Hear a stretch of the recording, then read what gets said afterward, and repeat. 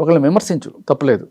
నువ్వు ఇప్పుడు నీ జుట్టు సరిగ్గా లేదనో, లేకపోతే ఇంకోటో నువ్వు నడిచే విధానం సరిగ్గా లేదనో, ఇది కూడా కొంతవరకు బాడీ షేమింగ్. కానీ ఒక వ్యక్తి తీసుకున్న డిసిషన్స్ నీకు నచ్చకపోతే ఆ పాలసీని విమర్శించు, గవర్నమెంట్ సైడ్ నుంచి ఏదైనా విమర్శించాలనుకుంటే. కానీ అంటే ముక్కు మీద వేలు పెట్టి చూపించు, కానీ ముక్కులో వేలు పెట్టకు, అంతవరకే నీ ఫ్రీడమ్. సో ఇప్పుడు నువ్వు విమర్శించాలనుకున్నావు, నిజంగానే గాంధీ గారిని విమర్శించాలనుకున్నప్పుడు, సరే గాంధీ గారు ఒక డెసిషన్ తీసుకున్నారు, పార్టీషన్ అయింది, దానివల్ల ఇవాళ ఇండియా పాకిస్తాన్ సపరేట్ అయ్యి 4 నాళ్ళ నుంచి కొట్టుకుంటున్నారు, కాబట్టి చాలా ప్రాణ నష్టం జరిగింది, ఏదో ఈ విధంగా జరిగింది.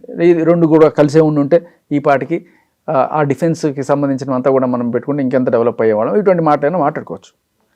బట్ వాట్ ఈస్ బాస్టర్డ్ అంటే, ఫస్ట్ ఆఫ్ ఆల్ గాంధీ గారు ఏం చేశారనేది తెలుసుకోవడం అనేది ఇంపార్టెంట్. ఇప్పుడు నువ్వు అక్కడ ఇంకొక స్టేట్మెంట్ ఇచ్చావు, ఇటువంటి వాళ్ళ చరిత్రని పాఠ్యపుస్తకాల నుంచి తొలగించాలి అని చెప్పి తొలగించి ఇటువంటి చరిత్రలు పెట్టాలా?